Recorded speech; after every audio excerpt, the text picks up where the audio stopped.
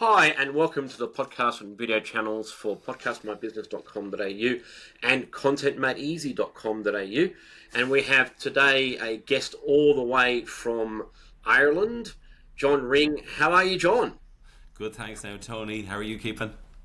Grand. Okay, very good. There we go. That's the right word.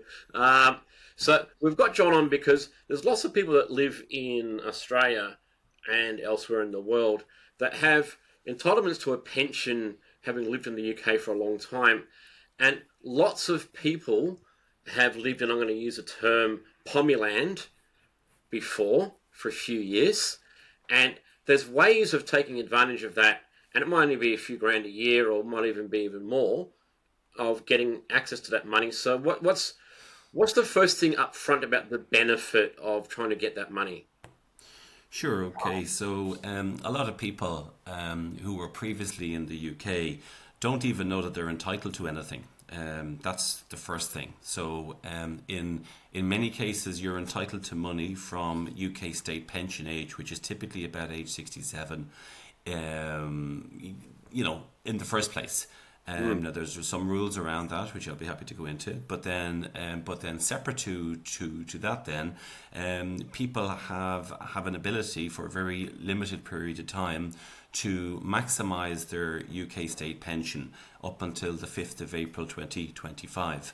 And you can maximise it by buying 18 additional years to get you towards the maximum of 35 years of contributions in the UK, even if you left the UK decades ago, and that then helps you to basically to maximise your UK pension. And then after April, the ability to buy those 18 past years, which is once in a lifetime opportunity really, that drops down to the ability to only buy 6 past years plus future years up until you reach state pension age. So if you're in your 60s now, for example, this is really a once-off kind of opportunity. If you're a bit younger, you can either do it now or you can also do it after April in order to get you as close to 35 years of entitlements. And if you get up to 35 years of what are known as of national insurance contributions, which people just typically pay when they work in the UK, that would get you up to 24,500 Australian dollars each and every year for the rest of your life. Okay. So how much would you need to contribute per year or do it in one bundle for the 18 years? Yeah, so the 18 years, so basically, so there's two rates. There's a cheap rate and there's a standard rate.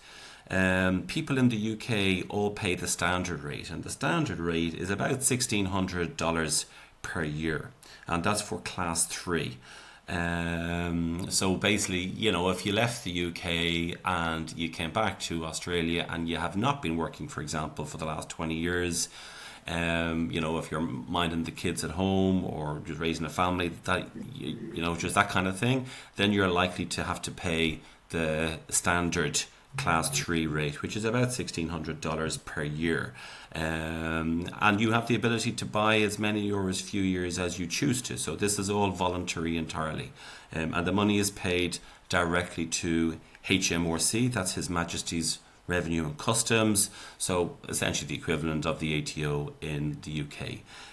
Now, if you were working immediately before you left the UK, and then you've been working for at least some or all the years since 2006 until now, a year I'll come back to in a second, that means that you can buy each of those years at about 350 Aussie dollars per year, essentially. So to buy the 18 past years at that cheap rate, you're looking at about $6,300 once off to buy those 18 past years. And every year that you buy, be it either at the cheap rate or the more standard rate, you're going to get an increase in your annual pension of about $700 per year.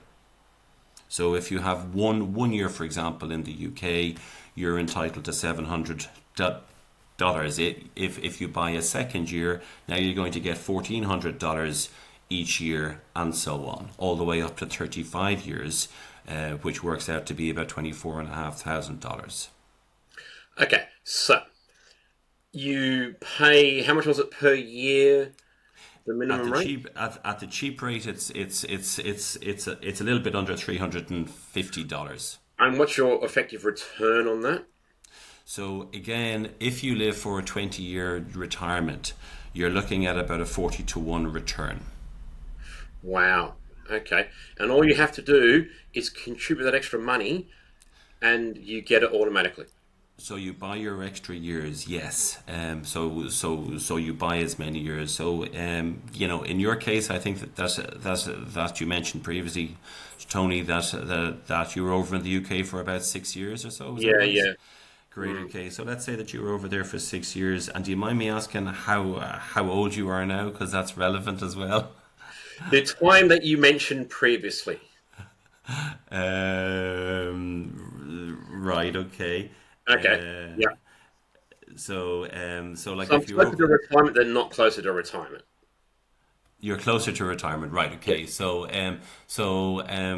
let's say that you're age 60 at the moment, okay? Mhm. Yep. Because yeah, so you're age 60 currently, okay? And then you would have left the UK in when about 20 years roughly ago.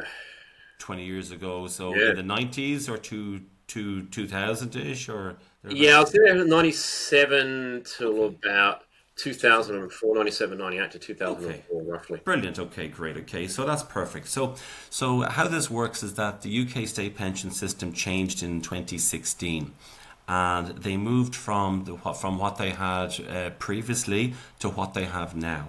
And essentially, at that time in 2016, what the UK government said is like, look, we're going to let everybody go back 10 years to 2006, and we're going to let them fill in as many gaps in their national insurance record.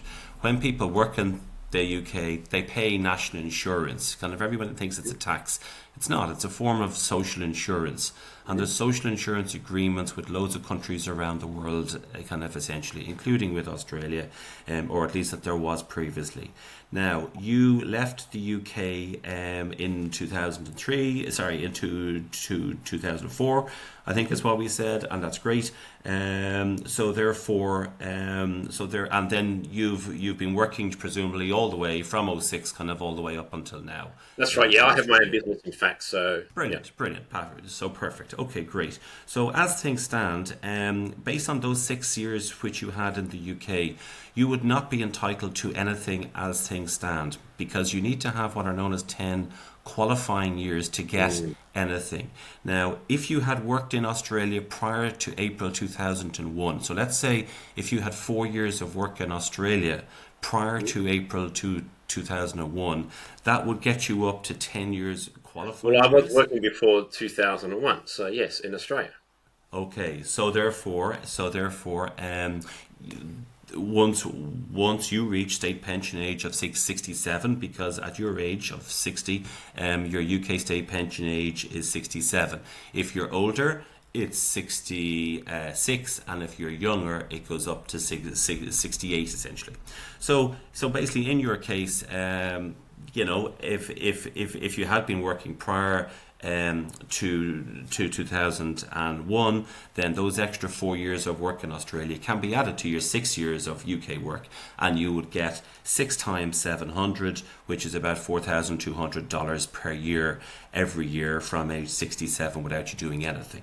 But the opportunity now, since 2016, and which is expiring soon, is the ability to fill in those gaps in your national insurance record from 2006 all the way up until now. You're always able to go back 6 years and buy 6 past years. So in 2 years' time, you'll still be able to go back 6 years and top up your UK national insurance by those past 6 years. But kind of essentially in your case, you could come along, you could ask HMRC in the UK, hi, can I pay voluntary contributions? And that's a key thing about this, that you need to ask them for their approval. And once they give you their approval to do this, then it's over to you and you can pay them directly as much or as little as you choose to. So in your case, what we'd be saying is that, look, go ahead and apply, and you can, but basically by 18 past years, that would get you up to, plus your original 6 years is 24 years. And then because you're age 60, is what we're saying at the moment, then you have 7 years into the future to buy, which means that would get you up to 31 years of entitlement, out of a maximum possible of 35 years. So you could buy the 18 past years in one go, essentially. But then in terms of the future years, then you would need to buy those annually. And you're looking at a total cost, therefore, of what is that, of 18 past years plus 7 future years. That's 25 times, and assuming that you've been working, you're looking at paying $8,750 in total for that, and that would get you the 31 times 700 dollars per year. That's 21,700, and let's say that you live for 20 years, that's worth over 430 Australian dollars over a 20-year retirement. So $430 per year. For 30,000 over a 20-year retirement, which works out at just under $22,000 per year. Okay, now this is where it gets interesting. Okay, well, and I like using this as a great example. So we'll take it bit by bit. Mm-hmm. Okay, so say, for me, whatever the age might be, whatever my entitlement might be, my minimum I have to pay per year, or out of the job lot, say 32 out of the 35, is $8,000 in one go. So that's £4,000. Well, it's the 18 past years and then the future years. So right. You're able to buy the past years in one go, but you're not able to buy the future years in one go. Right, okay, so let's look at that as a number, because I think everyone would obviously want to look at the minimum. So let's look at that. So 18 years. Mm-hmm. So because I lived there for 6-7 years, and I worked before I left for 4 years, I'm entitled to the 10 years. And is there any qualifying requirement for that apart from having worked there? Is there anything else? You have to pay a certain amount beforehand or anything like that? Yeah, I mean, essentially, like even if you were paying even if you're on the minimum wage there, you would typically have paid enough within 7 months of minimum wage, full-time work, to get you over the threshold for that to equate to a full year, basically. Now, that's interesting. So for everybody out there that's worked in bars and things like that and come and gone from working in bars or smaller jobs on the way through, back when they were younger or what have you, so if you've been working in a bar for 12 months, and I know we spent all that money at the time, it went in, as soon as it came in, it went back out. Common problem, yeah. Yeah, but at least it went in.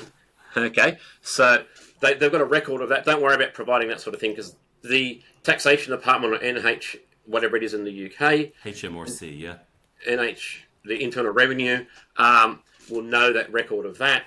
So you're entitled to that. So you pay for 18 years, which is, how much was that again? So the 18 years is going to be just over $6,300.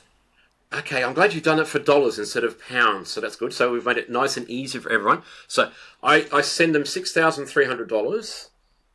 Okay, and let's say over 20 years, this 60, 70, 80, over 20 years, so I paid it $600 in one go.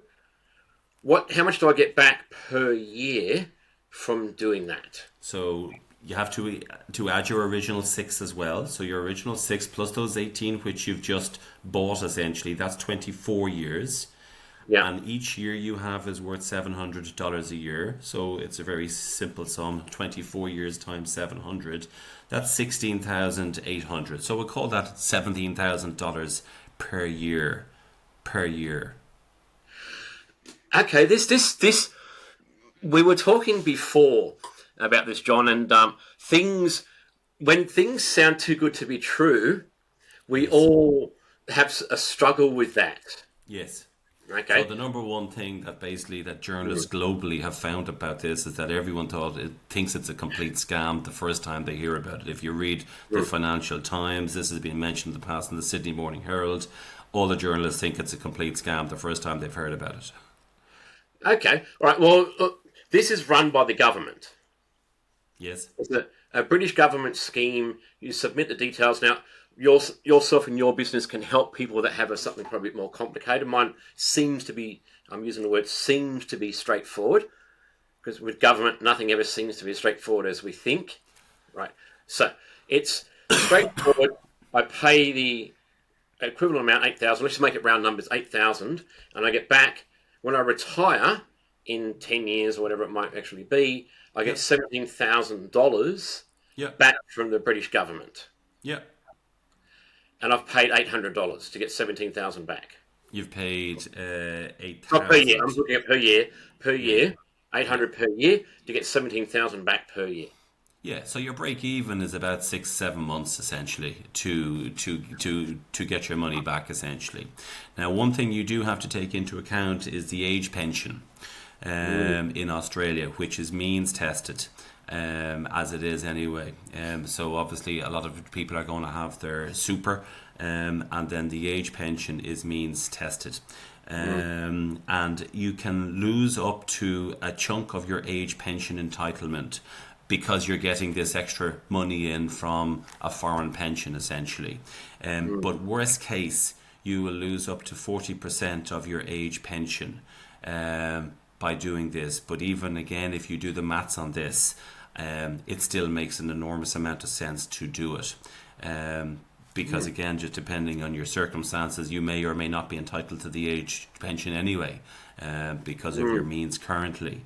But we have quite a few clients in Australia, and we work with, we've chartered accountants as clients in Australia, and they're all mad to do this because it's still a no-brainer basically.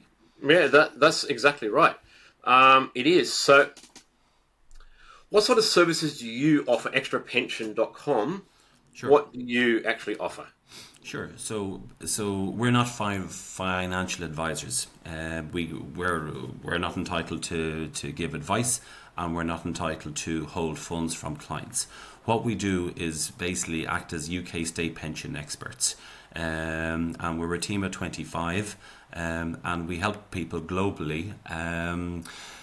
To essentially to top up their UK state pension. People have had the ability to do this for since 2001 essentially. So you've been able to top up your UK state pension since 2001. It's just that no one has been aware of this up until this big opportunity has risen awareness globally about this. There is some very good people in HMRC in the UK, but there is also complete carnage. Which no one really gets to see, and it seems very simple to people. It's like, oh look, I can go online and I can apply to do this just myself. And yes, you can. The problem is that just because it looks easy, you don't actually know what's going to come out at the other end.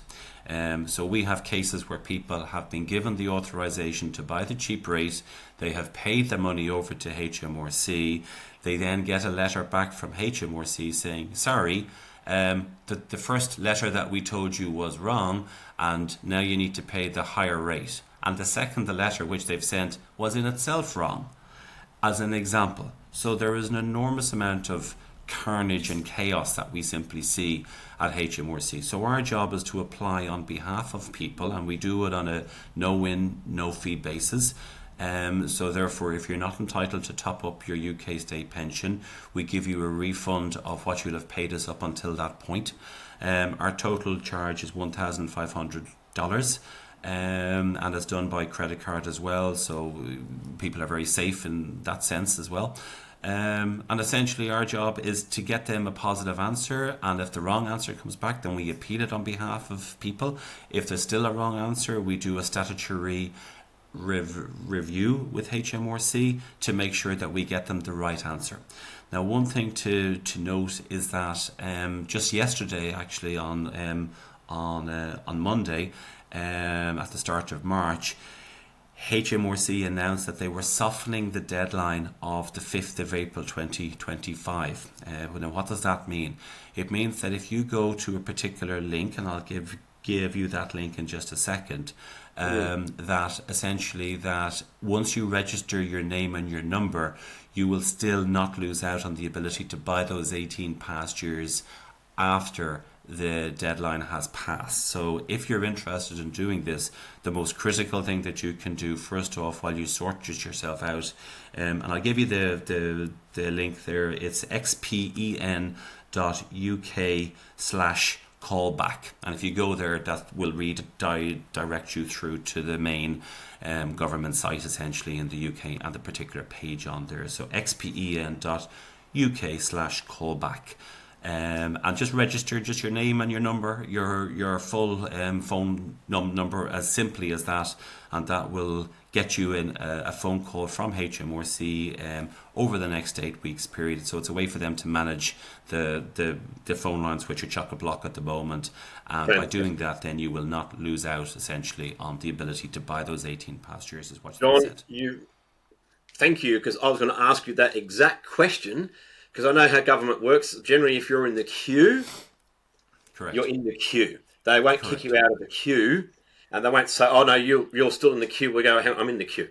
Yeah. Wow. Okay. So the biggest problem for a lot of people is getting their national insurance number from years ago if they don't already have it. Back Somehow my brain has remembered the bloody number. Of course, it has. Okay. It's amazing how the motivation. It is. It does. Is it two digits? It's X, Y, and then 1, 2, 3, 4, 5, 6, and then another letter. C or D at the end. Yes. Yeah, that's right. So is it PC and a 1, 2, 3, 4 numbers, 6 numbers, and a letter, right? Yes. That's the one. You want to watch that because we have a lot of experience with people's memories, and through even with the best will in the world, we get a lot of numbers which are wrong, and applications tend to get rejected because you're a digit out or for whatever reason, and there's lots of applications. So we send in applications by post. You do have the ability to send it in either by online or by post, and obviously the smart way to do it is online, but the problem is that generates issues as well. So we do it by post because it gives us more control over the process, and we can specify that we want class 2 for a client or class 3, the cheap rate or the expensive rate. And particularly in Europe, different rules apply than for Australia, for example. One other thing as well, which just to throw it out there as well, for anyone who has in New Zealand, it used to be the case for very many years that basically that if you got $1 from your UK pension, that your Kiwi pension would drop in proportion essentially. And actually a law change in 2020 has changed that just completely in relation to this kind of opportunity. So any money that you get as a result of voluntary contributions is no longer taken away by the New Zealand government. And very few people are aware of that change in that law in New Zealand. So that might be interesting for some of your listeners perhaps. Yeah, exactly. So that's interesting. So I'm confident of the number, but I'm sure there's ways I can check that. Look, these days on the internet, there are ways. So remember, 2 digits, 6 numbers, and another digit, and it ends in P. Yeah, we have another kind of a video I'll share just with you afterwards, perhaps there, Tony, and it's what we call five ways. And there's 5 different ways to get your national insurance number. You're not able to get it over the phone. But for example, you could go into the online chat, and if you can get someone to talk to you there, you can ask them to post it out to you, which typically takes 4-6 weeks. And you can also look to get it kind of online. It uses a biometric chip on your passport, your mobile phone, and a few other things. And it's, just their tech is very good. And assuming that you match up, then that's great. That can be a problem for ladies with maiden names, because oftentimes they may have been in the UK in their 20s, for example, when they were younger and they had a maiden name perhaps, and then if they got married, for example, then afterwards their details have changed and the passport and their ID is now their current name as opposed to their original maiden name. So that can cause a problem getting it online quickly for women because the names just don't match. Yeah, well, I guess that's one of those things.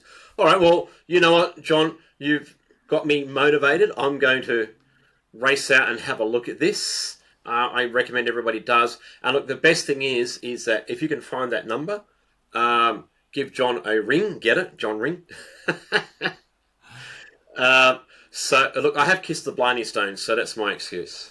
I'll give you our WhatsApp there as well, perhaps there, Thank you. Tony. It's an Irish kind of a number, because that's just unfortunately how the WhatsApp works for a big team of people here. So it's 00353 899 609 855. So 00353 899 609 855. And if you send us a message there through WhatsApp, we'll come back to you essentially. And then we also have the number of our sales office in Sydney on the website as well. So you can just ring through there as normal to reception there. Fantastic. Yeah. Look, this is a great opportunity, everybody. You should all be racing out there. I need to move up my schedule of having your podcast out. So, yeah, I'll be Great. moving it up much quicker as well. All right. Thank you very much, John. Good, Tony. Thanks now. Take Thanks a lot. care. See ya. All right. Now,